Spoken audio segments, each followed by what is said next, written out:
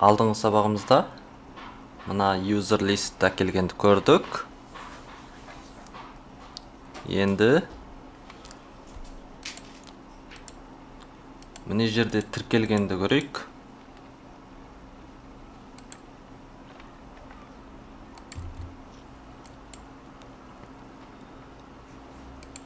Register бетіне барайық. Login. Мынадан 2 қояйық.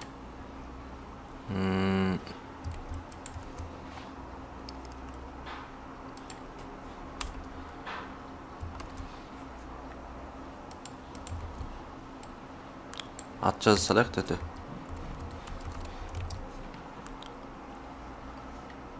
Сосын мынаған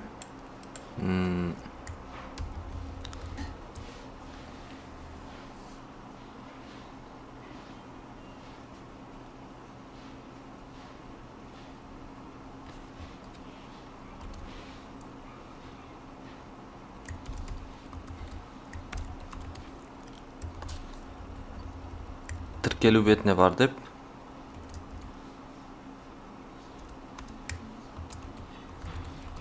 To register page деп қойдым. Сосын бұған бір функция жазайық.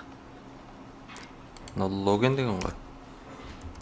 Function to register page дегенге айтайық. Басып кеп қалған кезде location бұрын анчормен, яғни A деген тагпенен бағытын өзгертіп ететінбіз. Яғни басып кеп қалғанда тағы бір бетке енді мынамен де өзгертуге болады ғой. Міне алдында да көріппіз. Register HTML дей салайық. Міне бассақ міне келді. Тек міне екеуінің орындарын алмастырғанда біраз аралық беруіміз керек екен. Btn group деген тауып алайық. Бұл бір CSS-те болу керек. Styles, login CSS. Мұнда тұр. Осының ішінде margin right оң жағына беріп тастайық. Жоқ, margin бері салайық деді. 10 пиксель. Мұнда болды.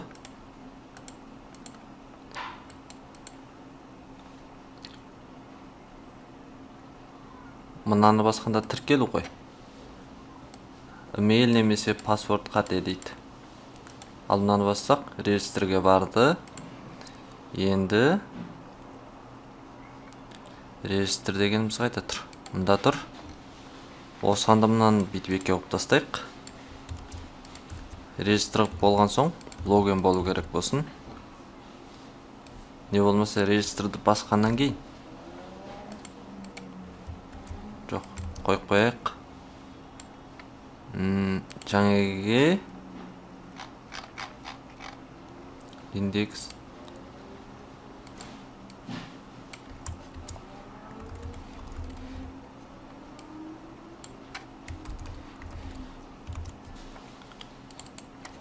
to login page дейік. Содай мұнаған келтіреміз, бір функция құрамыз. Function to login page дегенге айтайық. Location тең болады. Login HTML. Мұнда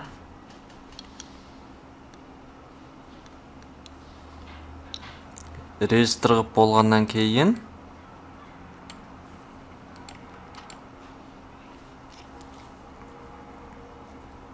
бұны тұра тұрайық. Көрейік. Логин десек, мұнаған барды. Регистр десек, мұнаған барды. Міне.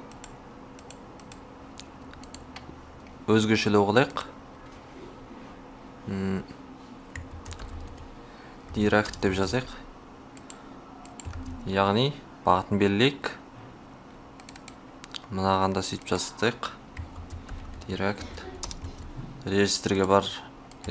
регистрге бағыт белгіле деген сөз. Міне болды.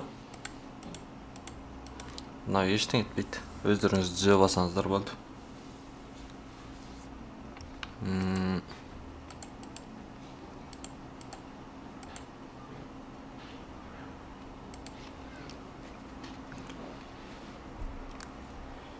Енді мынаны стейк регистр қылған кезде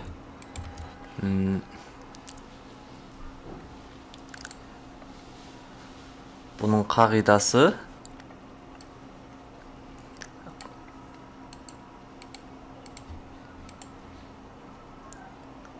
яғни бітейік.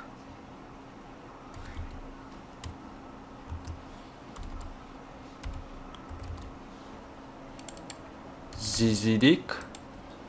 Яғни мына біздің қат сандығымыз болсын. Содан кейін паспортына 1, 2, 3, 4, 5, 6 дейік. Осын басып кеп қалған кезде, регистрде басып кеп қалған кезде бір юзер құруымыз керек қой. Сандық қамбада бір юзер құрамыз. Құрып болғаннан кейін, соның құрып болды деген қабір келе салман, онда логин бетіне жібереміз. Ал енді нақтылы іс-әрекет барысында регистрді басып кеп қалған кезде серверге барады, сұраныс жолдап, сол кезде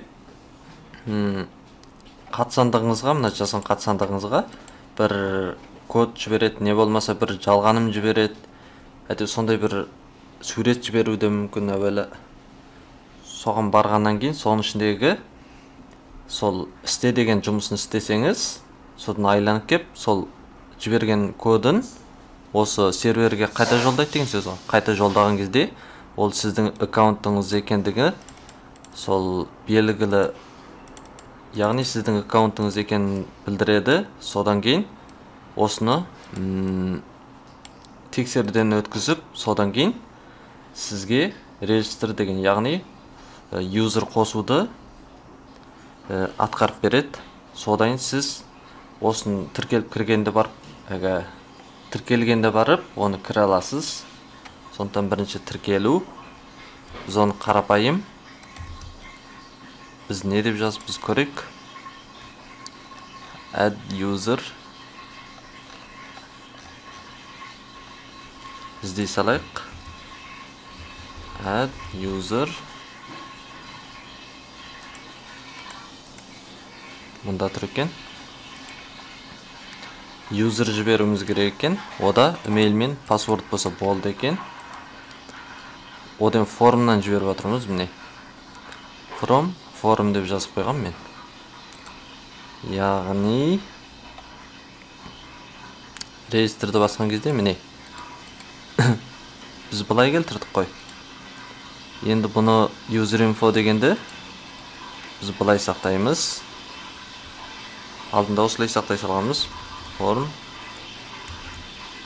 data, яғни форм бойынша жібереміз. Жаңа сондықтан new form dataдан біреу new лығып аламыз. New ғып шығарғаннан кейін new деген жаңа деген сөз ғой. Осыдан form dataға data деп айтады. Data деп айтады. Form dataға app'інді email жазамыз. Emailге мына әкеп алған emailіміз жазамыз. Яғни ана query selector, мына input, осы input'тың мәнін алғамыз. Енді паспорт тоқсыз. Паспортты да кіргіздік. Содай мынадардың керегі бар ма дегенде get user info деп мұнан битіп алғамыз. Оның бізге ешқандай керегі жоқ.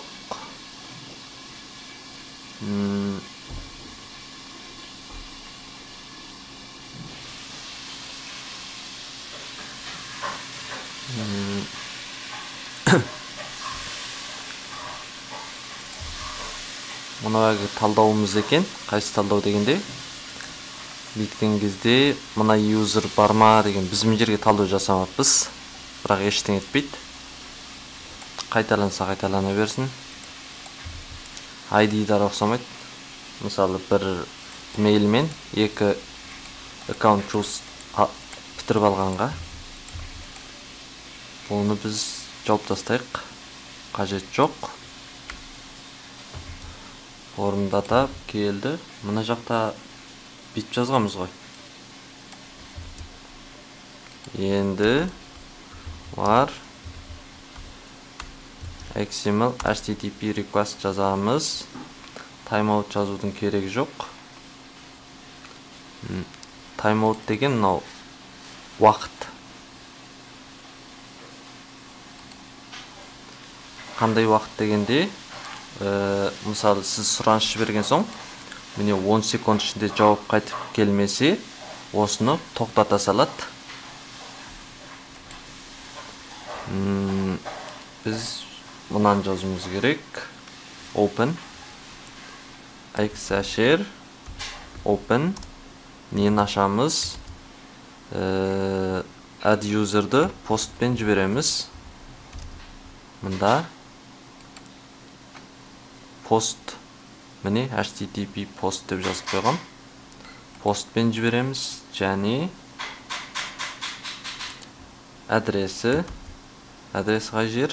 HTTP мұнда тұр.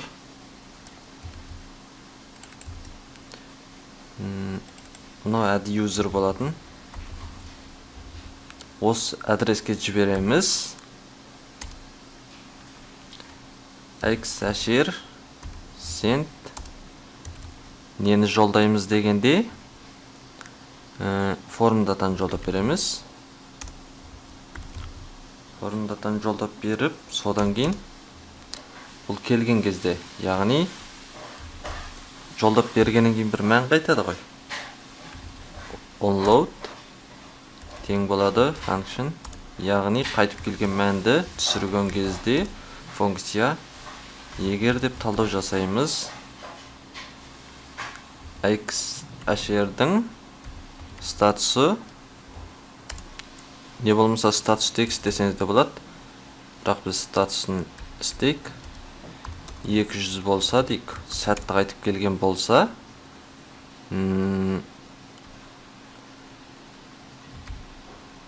console log жоқ, alert қыла салайық. Не деп айтамыз? Сәтті тіркелдіңіз дейік. Әйтпесе, егер сәтсіз болып қалса қайтеміз дегенде, басқалай сәтсіз болғанда да әртүрлі қателік жібереді ғой. Бірақ біз барлығын сәтсізге немене тастайық та, сөйтіңіз. Сәтсіз болды дейік. Лепел қоя салайын. Сәтсіз болды. Жерге BB жоқ, төшкі CC дей салайын. Жерге 1, 2, 3, 4, 5, 6 регистрді басып қалдым. Жерге қарап отырайық, міне. Сәтті тіркелдіңіз дейді. Міне, add user'ды істеттік. Жіберген кезде, міне қараңыз, email @bb.cc дейді. Password 1, 2, 4, 5, 6 болды, сәтті тіркелдіңіз. Тіркеліп бола салман, логин пейджіге қарай жібере салуымыз керек.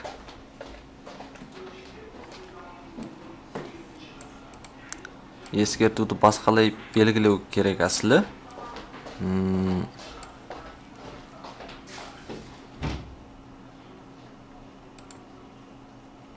Қалай белгілесек болады? Тағы бір жерге бүйтіп ескерту шығаратын div жазып отыру.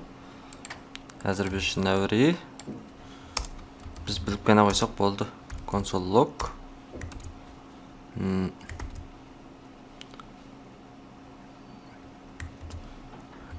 Register. Окей дей салайық та. Консолдан ғана көре салайық та. Содай міне жерге.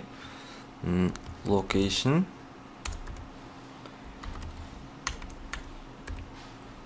Әшіреп, яғни жалғаным.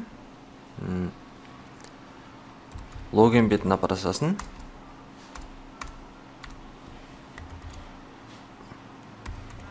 Login HTML осыған жіберсін. Тағы да тіркеліп көрейік. Мұнан бәрін жоқып тастайық та. Енді қараңыз. Test at gmail.com дей салайық. Содан 1, 2, 3, 4, 5, 6 паролдар ұқсас болсын. Регистрді басып қалдық. Міне, аккаунт логин дейді. Яғни міне. Алдындағы жоқ болып кеткен. Яғни неге десеңіз, біз жаңа бетке ауысқан соң мына жерде жаңа requesттер келді. Ал алдыңғы сәтті болғанын біз көре алмай қалдық. Онда былай жазсақ та болады. Set time out деген бар. Яғни var request timeout дейік. Жоқ. Register дейік. Register timeout тең болады. Set timeout деген бар. Яғни бұл window, осы window объекттің сон дүниесі. Бұда бір функция жазамыз, callback. Осының ішіне біріншісі функция, callback, екіншісі уақыт. Қанша уақыт? 2 секунд тұрсын. Мұна миллисекунд деген сөз. 1000 миллисекунд болса 1 секунд болады. Сондықтан 2000 миллисекунд болса 2 секунд болады. Осыған жазамыз. 2 секундтан барып логин пейджге барсын. Одан кейін ананы жоғалтып тастайық. Clear timeout.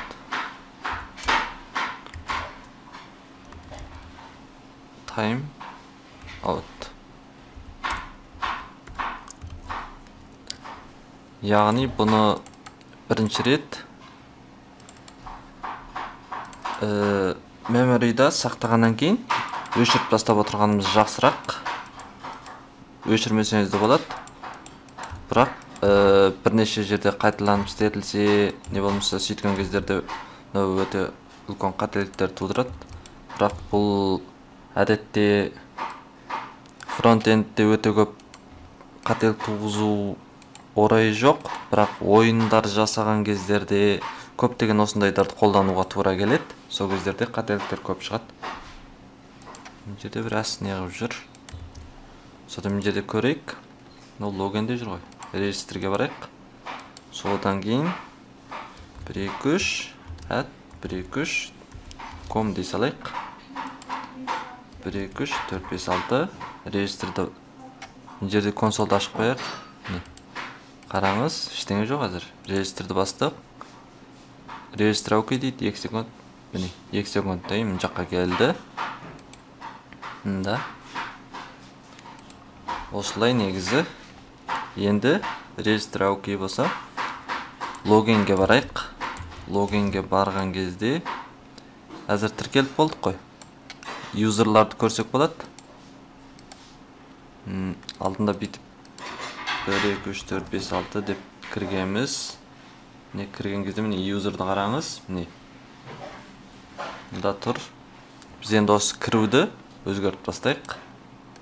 Logout.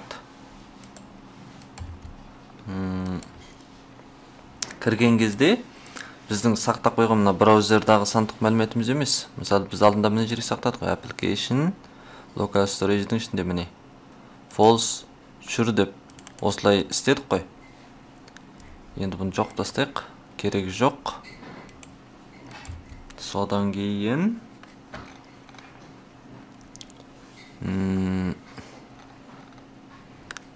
логин бетіне барамыз.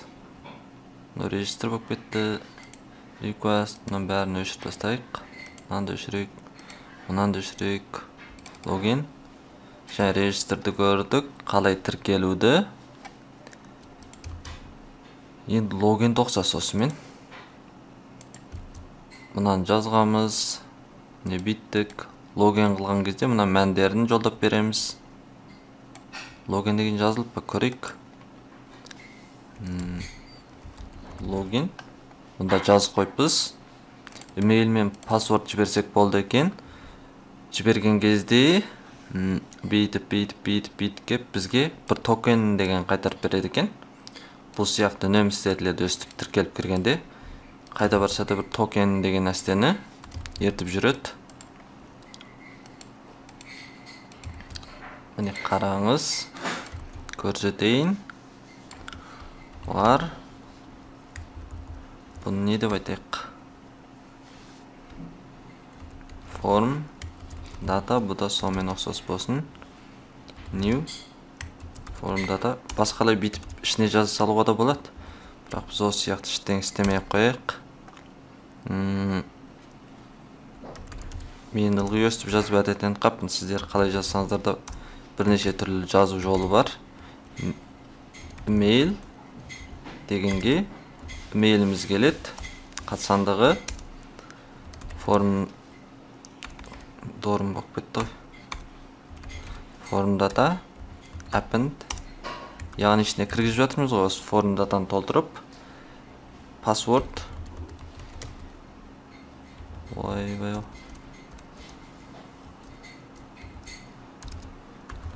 password енді кіргізіп болған соң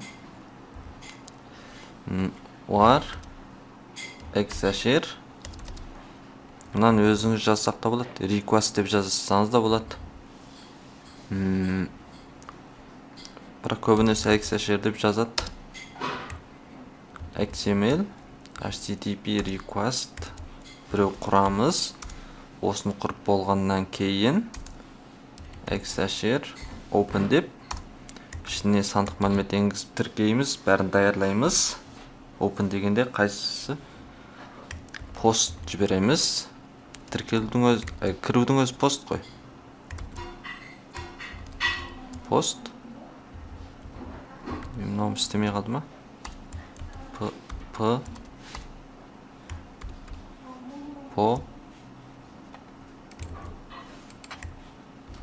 Пост. Мен бәтірі алмастырып өтейін.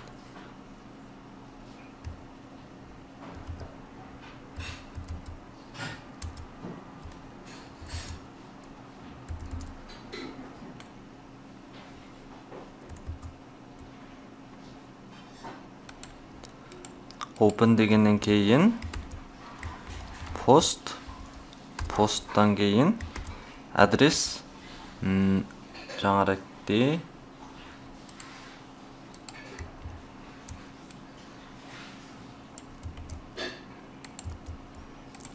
бұл login, to do login, loginге мұнан бәрін өшіріп тастайық. Бұдардың керегі жоқ. Login болған кезде енді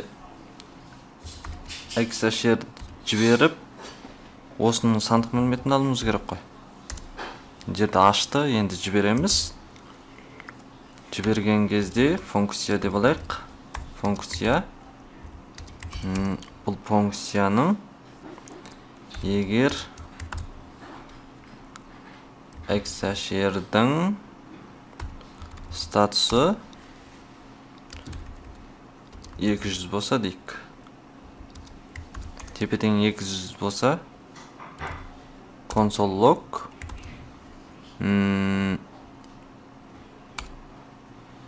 exasher. Осыны өзін көріп алайық. Response, бұның ішіндегі response'ын көрейік. Алдыңғы сабақта exasherді көргенбіз. Login дегенге 1,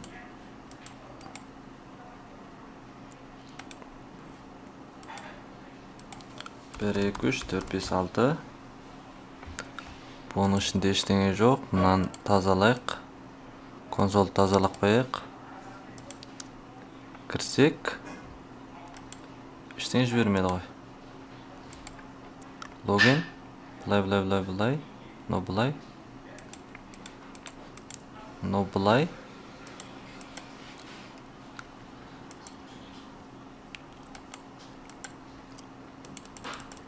Яғни мына басқан кезде істеп тұрма дегенді көрейік.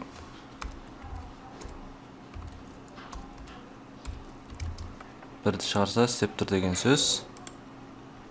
1, 2, 3, 4, 5, 6.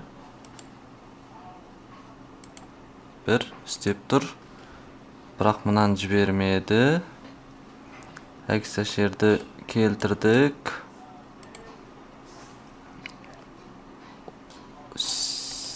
Сент деген жазбаппыз ғой. Сөзсіз жіберуіміз керек. Әксәшер open деп теңшедік. Енді sent деп осының ішіне форм датаны жіберуіміз керек. Бағанағы жазып қойған форм датамызды. Содан көрейік. 1, 2, 3, 4, 5, 6. Міне логин 404 not found дейді. Көрейік міне. Неге дейді? To do Light.com API to do login деген жоқ дейді. Кәне. Login from forum деп алыппыз. Mail password 404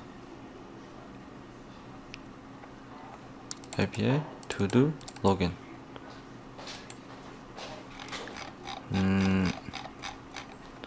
API to do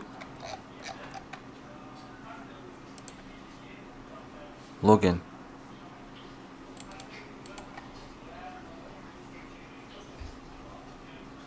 Email password. Email password. Password. Мынау біз get дегенмен жазып қойыппыз. Оқса сонда get болса get болсын. Get болса мынаны get көзгөріп тастайық. Сосын көрейік. 1, 2, 3, 4, 5, 6. Pending 404. Bu da жоқ дейді. Get болса мынау жолданбай қалды. Онда біз өзгертейік. Яғни getте query'лер жұмыс істейді ғой. Post. Мына C# қой. C#ның netcore, яғни міне. Netcore бұл. Оны сайтты жолдаймыз. Мына біздің backend'і. Backend'інде қаласа үйрететін боламыз. Міне generate қып шығарып болдық. Ол мына жерде. Сосын біз оны серверге шығарамыз. Қарапайым көрсете тұрайын. Close. Ашамыз.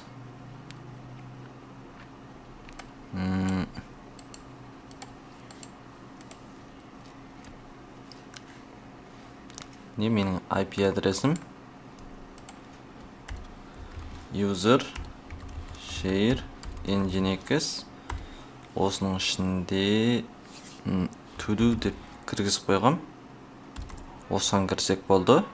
Яғни біздің мына сайтымыз тұрған орын. Не қараңыз. Жаңағы сайтымыз мына жерде тұр ғой. Енді тағы бір putty деген нәрсе бар.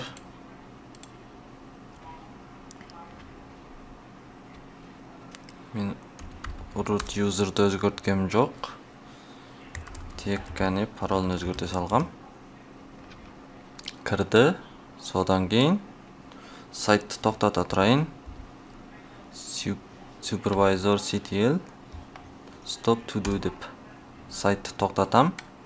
Содан кейін мына жаңағы жазған кодтарды шығарам. Runtime config-тің керегі жоқ. Мына төрден шығарсам болды. шығып болған соң жүргізуіме тура келеді. Не дейді? Иә, бетін басып өзгерте салайын ба дейді. Мына жерде бар емес пе? Бар болса, соны орын алмастыра сал деп айттым. Да кетті. Бұл өте тез болады. Мына сервер Джунгода тұрған соң, мен мына жақта тұрған соң өте баяу. Ал сервер өз райондарыңызда болса өте тез болады. Ештеңе етпейді. Бәрі шығып болсын. Болды, мынау болды, мынау да болды.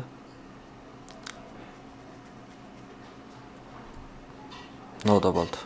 Енді көрейік, сәтті жүре ме екен.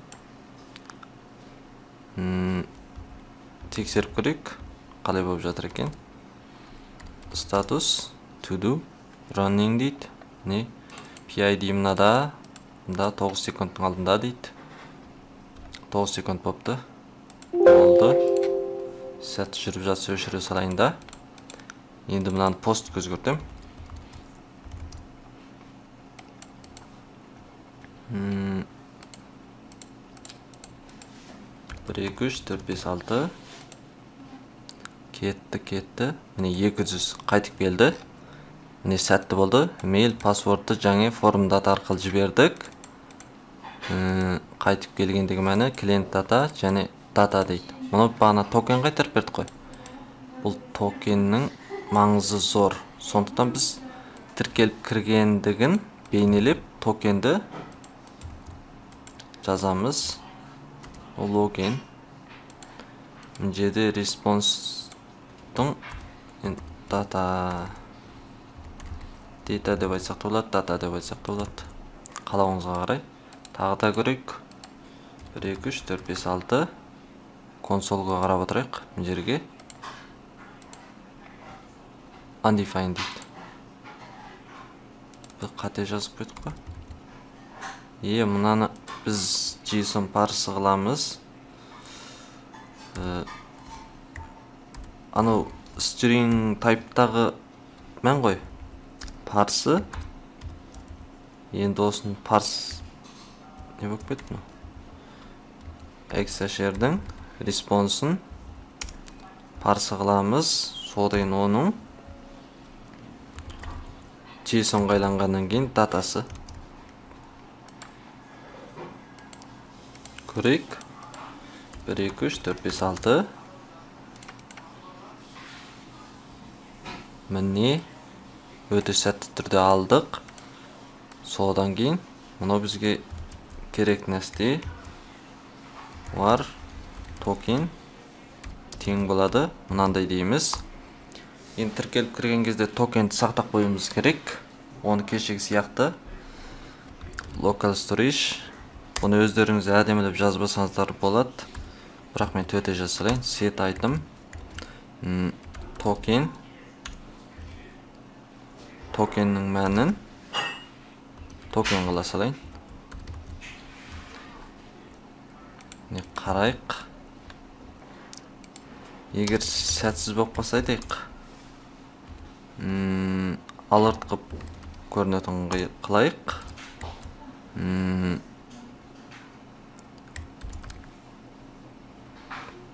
Кіру сәтсіз болды дейік. Енді қараңыз. Егер парол қате болып қалды, 444 деп жазайын.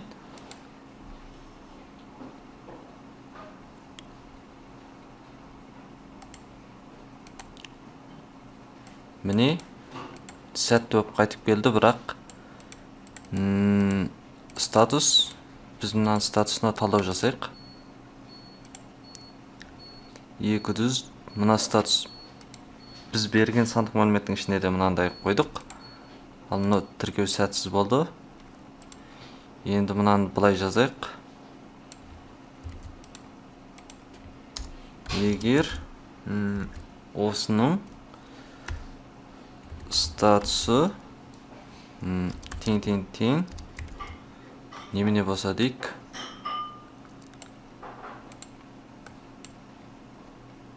жаңа жазып жатқанға дейді қалды. Сәтті болса, онда мынаны істейік те.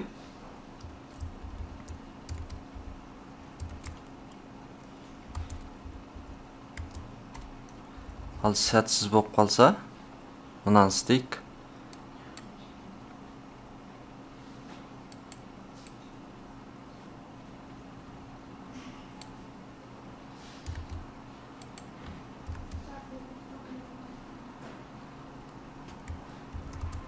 Болды, екеуіне де бүйтіп жаза салайын. Бұдан да ықшамдауға болады. Мына екеуін бір рет қана жазып анадарды. Мынаны бір рет, мынаны бір рет қана жазатын қып. Оны өздеріңіз ықшамдап алыңыздар. Кәне. 4 деп бітейік.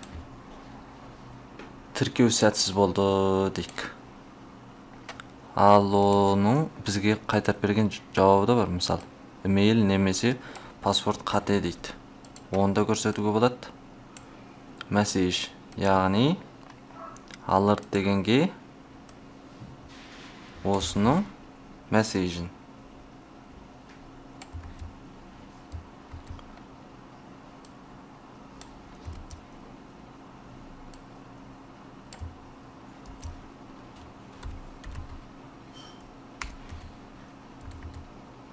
Message көріңіз енді.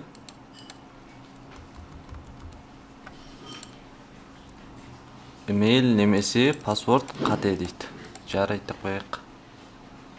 Сосын егер тіркеліп кіру сәтті болса, бұл жерде тұрмау керек қой. Location индекс бетіне бару керек. Тең индекс HTML. Кәне индекс бетіне бару үшін 1, 2, 3, 4, 5, 6 деген пароль дұрыс жазу керек. Барды, жылтың етіп қайтып келді. Бұл неліктен? Алдында индекс бетіне біз бұлай жазып тастағанбыз. Естеріңізде болса, site.js барып көрейік. Site.js-та user мынандай деп бітіп user қосып тастағанбыз. User list, article list, query selector деп бітіп мынау тұрсын.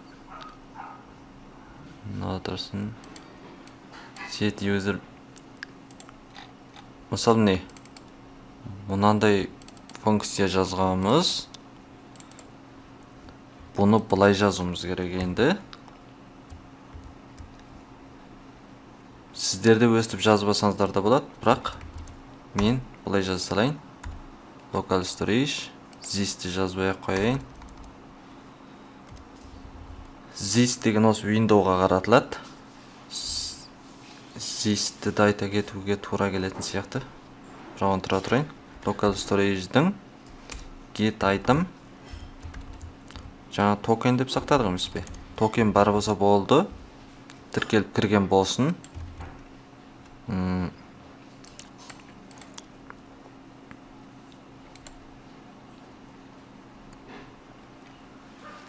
Кірген болсын. Кіргеннен кейін қалған бүйтіп істей береді.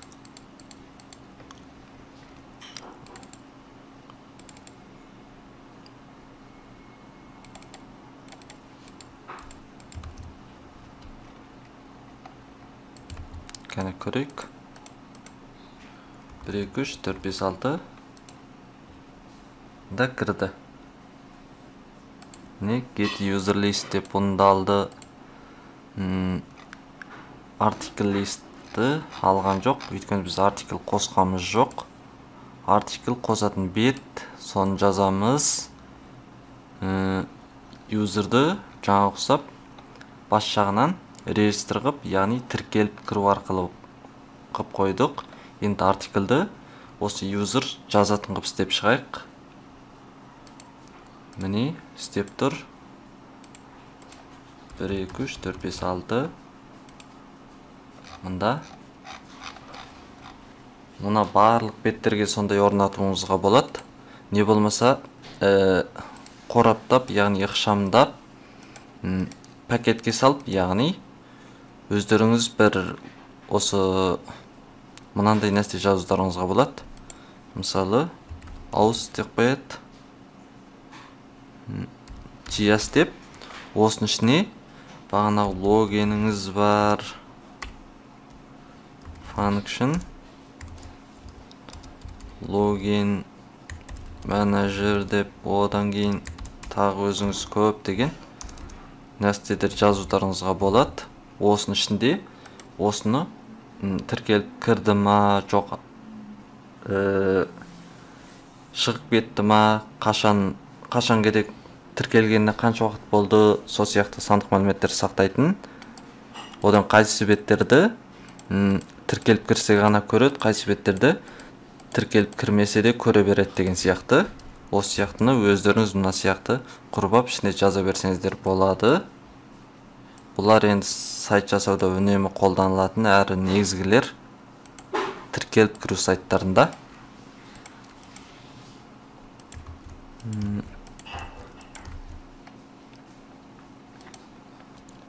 Онда қалған артикльге қатысында келер сабаққа бөліп өтейін.